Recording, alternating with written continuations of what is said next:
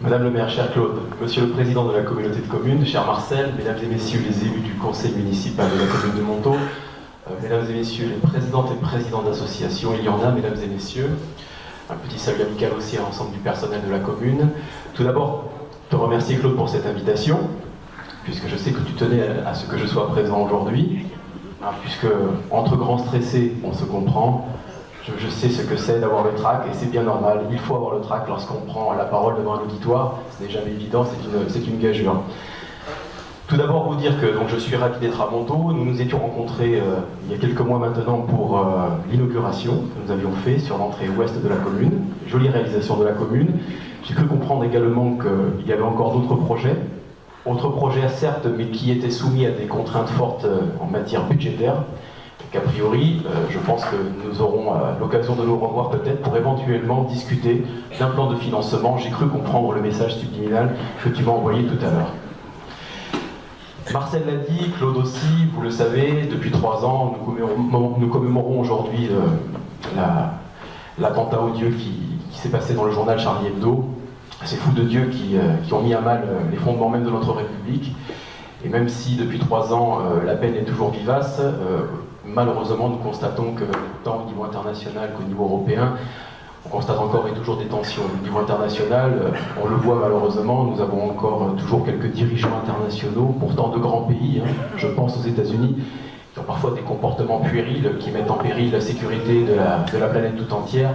On me le veut sur ce plan, mais que peut-être que la raison reprenne sa place, et que chacun de son côté arrête de montrer ses muscles et de faire un peu n'importe quoi, parce qu'il ne faudrait pas que les situations dégénèrent, parce qu'on l'a vu dernièrement, ces dernières années, des pays qui jusqu'alors connaissaient la paix ont vite trouvé des situations dégradées avec des zones de conflit et des guerres qui aujourd'hui continuent et s'enquistent depuis plusieurs années maintenant. Plus près de nous, l'année 2017 également, au niveau du département, ça a été un choc puisque nous avons perdu notre président Henri Emmanuelli, qui était aussi notre député. Vous le savez, c'était un personnage, un grand personnage, un homme d'État qui savait porter haut et fort la parole des Landaises et des Landais à Paris. Il avait cette réputation et je peux vous assurer qu'elle n'était pas usurpée. Alors aujourd'hui, nous sommes dépositaires de ce patrimoine qu'il nous laisse, de tout ce qu'il a pu faire pendant tant d'années au service des Landaises et des Landais. Et son successeur, Xavier Fortinon, et modestement votre serviteur, nous essayons, avec mes autres collègues, de faire fructifier cet héritage à votre profit. Alors ce n'est pas évident, puisqu'on en parlait à l'instant, nous avons des soucis financiers, les collectivités, et c'est aussi valable pour la communauté de communes, nous participons à ce que l'on appelle à l'effort de redressement des finances publiques de notre pays.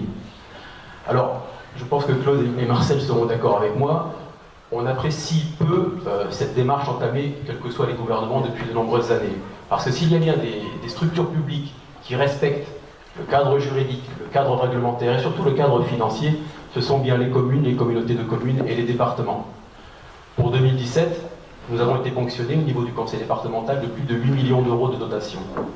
Parallèlement à cela, nous avons dû, je vois Fabien qui est là, verser près de 7 millions d'euros pour soutenir la filière agroalimentaire, pour que nous n'ayons pas de soucis, comme nous avons pu le rencontrer lors des deux dernières crises sanitaires qui ont touché notre département.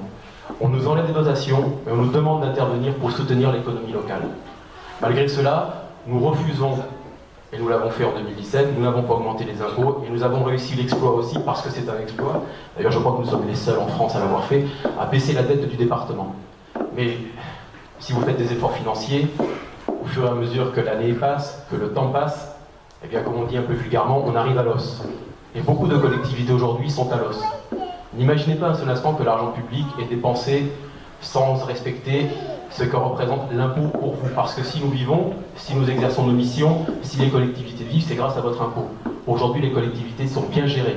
Mais si on continue à les étrangler, comme c'est le cas actuellement, et a priori comme ça sera le cas encore l'année prochaine et les années futures, je ne sais pas dans quelle situation nous allons nous retrouver. Malgré cela, nous sommes volontairement volontaristes. Nous souhaitons maintenir au niveau du département un haut niveau d'intervention, puisque, vous le savez, le conseil départemental est avant tout et surtout garant de la solidarité territoriale. J'en parlais dans mon propos introductif. Nous avons participé financièrement à la réhabilitation des travaux des espaces publics de Montaut. Et autant que faire se peut, nous continuerons à soutenir les communes, mais également la communauté de communes qui intervient avec le département sur différents sujets.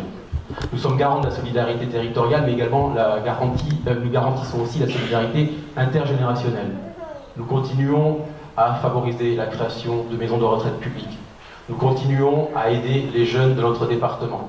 Nous continuons à aider ceux qui sont dans la souffrance. J'en veux pour preuve un projet emblématique qui avait été initié par Henri Emmanuelli. Je veux parler du village Alzheimer. Aujourd'hui, il n'y a pas de solution médicale appropriée pour les personnes qui souffrent de cette pathologie. Et quand je dis qu'il n'y en a pas, il n'y en a nulle part dans notre pays. Henri Emmanuelli a souhaité que notre département soit à l'avant-garde, et c'est pour ça que cette année, nous commencerons les travaux d'une maison Alzheimer qui sera située dans le pays d'Aqua. Un projet qui coûte plus de 15 millions d'euros. Là aussi, 15 millions d'euros, c'est de l'argent public, et je pense que c'est de l'argent public bien dépensé dans l'intérêt de toutes les Landaises et de tous les Landais. Nous continuons aussi à soutenir l'activité économique, je l'ai dit, la filière agroalimentaire, que ce soit les producteurs ou les entreprises comme l'entreprise Lafite de Montaut. Et je tiens d'ailleurs à saluer Fabien Chevalier qui, je le dis publiquement, a été une cheville ouvrière qui a toujours participé aux côtés du département à soutenir, à défendre l'ensemble de la filière face à ces deux crises sanitaires majeures. Et je tiens à souligner ici son implication parce qu'elle mérite d'être dite publiquement. 7 millions d'euros, comme je vous le disais, pour, on va dire, effacer ces aléas, ces deux aléas, en espérant que ces deux crises conjoncturelles ne deviennent pas structurelles. Et pour qu'elles ne deviennent pas structurelles, nous avons fait le choix, aux côtés de la communauté de communes, de porter un projet de technopole agroalimentaire qui se situe à Omoko. Vous l'avez sûrement vu, le long de la 2x2 voies à Mont-de-Marsan, les travaux ont débuté. Ces travaux vont donc permettre la création d'un bâtiment qui devra accueillir à terme des chercheurs, des personnes qui seront là pour travailler, pour trouver des solutions sur toutes les problématiques que rencontre aujourd'hui la filière. Alors bien sûr, la problématique sanitaire avec la création d'un cluster biosécurité qui permettra de faire des recherches qui, je l'espère, aboutiront rapidement afin de trouver des solutions à d'éventuelles crises qui pourraient surgir à nouveau, parce que notre crainte est là. On sait très bien que quand on cherche aujourd'hui le virus, bien souvent on le trouve, et donc ce cluster biosécurité a vocation à pouvoir trouver des solutions rapides pour au moins créer des pare-feux, empêcher sa propagation et limiter au maximum les enjeux et les dégâts qui pourraient y avoir sur le territoire, et notamment en Chalosse-Tursan. Donc là aussi, ce bâtiment d'un projet de plus de 4 millions d'euros, encore et toujours de l'argent public, je ne suis pas convaincu que ce soit une mauvaise affaire, que l'argent public, que l'impôt du contribuable serve à soutenir une filière qui, je le rappelle, pèse plus de 3 milliards d'euros de chiffre d'affaires dans le département et concerne 10 000 emplois. Et je sais que dans cette salle, beaucoup de personnes travaillent directement ou indirectement dans ces filières. Et donc je pense qu'il est tout à fait légitime que nous soyons en soutien par rapport à vous. D'autres sujets également, tu n'en as pas parlé Marcel, mais c'est aussi un sujet que nous évoquons et que nous travaillons ensemble. La mise en place de résidences autonomie. Vous le savez, le département aide à la création, à la gestion bien sûr des maisons de retraite publiques, puisqu'elles sont toutes publiques. Mais il n'existait pas encore ce sas entre le domicile des personnes âgées et la maison de retraite. Et donc, une loi est sortie il y a quelques années, une loi sur l'adaptation du vieillissement de la population, qui permet désormais la création de résidences autonomie. C'est-à-dire qu'avant que les personnes âgées aillent directement dans une maison de retraite, eh bien on leur propose de quitter certes leur domicile, mais d'aller dans un logement à côté de services publics, à côté de médecins, à côté de l'hôpital pour ce qui est de s'achever, de manière à ce qu'elles puissent garder une certaine autonomie dans ce nouveau logement, adapté bien évidemment, puisque les problématiques du vieillissement sont différentes selon l'âge, et bien entendu permettre à terme, lorsque cette personne aura malheureusement une santé qui se dégrade, aller tranquillement finir ses jours à la maison de retraite. Nous avons engagé un plan de déploiement de 500 lits pour ces résidences autonomie qui viendront s'ajouter aux 5000 places de maisons de retraite publiques que nous avons actuellement dans le département. Voilà dans les grandes lignes les politiques que nous menons actuellement. Nous avons dû subir bien évidemment quelques bouleversements réglementaires en matière de compétences. Nous avons maintenu la gratuité des transports scolaires. On l'oublie un peu trop souvent, mais le département des Landes est un des rares départements à maintenir cette gratuité. J'aime à rappeler que 800 € par élève sont ainsi économisés par les familles, car ce sont les contribuables landais, c'est la solidarité départementale qui permet aux parents d'élèves, j'en suis le premier bénéficiaire puisque mes enfants prennent le bus, ça nous permet de préserver le pouvoir d'achat des parents. Donc toutes ces politiques sont préservées, vous le voyez, nous essayons de gérer correctement l'argent public dans un contexte extrêmement difficile. Pourquoi j'insiste sur cette manière de gérer l'argent public? C'est aussi parce que nous avons un contexte national, un discours un peu négatif en la matière. Chaque jour, il y a de petites musiques lancinantes qui nous expliquent que finalement le service public, l'argent public, bref, les élus, tous ceux qui utilisent, usitent de près ou de loin l'argent public, eh bien tout ça serait mal. Non, nous ne sommes pas là pour faire n'importe quoi avec votre argent, avec notre argent. Nous sommes là pour satisfaire des besoins de service public. Et il faut être très attentif et il faut faire très attention. Parce qu'à vouloir crier au loup, on risque de se retrouver avec un système, certes perfectible aujourd'hui, mais qui a fait ses preuves au niveau de notre pays. Nous avons un système de protection sociale, nous avons des services publics de qualité. On peut toujours les améliorer, mais si nous crions au loup avec ceux qui souhaitent le démantèlement de ces services publics, sachez que lorsque ces services publics seront détruits, premièrement, ils ne reviendront pas, et deuxièmement, le besoin de service sera toujours présent. Et si ce n'est pas l'impôt qui le satisfait, ce sera vous, avec votre propre porte-monnaie, qui devrez assurer ces services que la collectivité ne mettra plus en œuvre.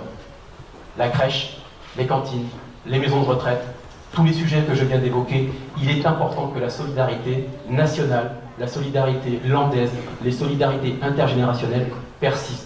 C'est un message important que je tiens à porter aujourd'hui, car je ne voudrais pas que notre pays, qui a su construire un système et un modèle social exemplaire au sortir de la guerre alors que les finances publiques étaient exsangues, nous explique qu'aujourd'hui, on ne soit plus en capacité de l'assumer. Des choix ont été faits, je les regrette. Je ne vois pas l'intérêt de supprimer 4 milliards d'euros pour des personnes qui jusqu'alors payaient l'impôt de solidarité sur la fortune. Moi je pense que ces 4 milliards d'euros auraient pu être préservés dans le budget de l'État et voire peut-être être réfléchis sur la politique du vieillissement. Par exemple, je venais de parler des résidences autonomie. L'État a fait la loi, mais qui finance? Les collectivités locales, le département. C'est pour ça que j'insiste sur ce point.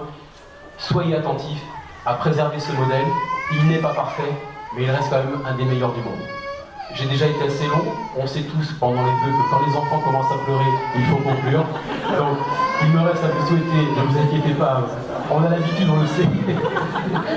Pour conclure, être rapide, juste vous souhaiter, et à vous et à tous ceux qui vous sont chers, bien évidemment, une excellente année 2018, faite de santé, de bonheur et de prospérité. Merci à vous.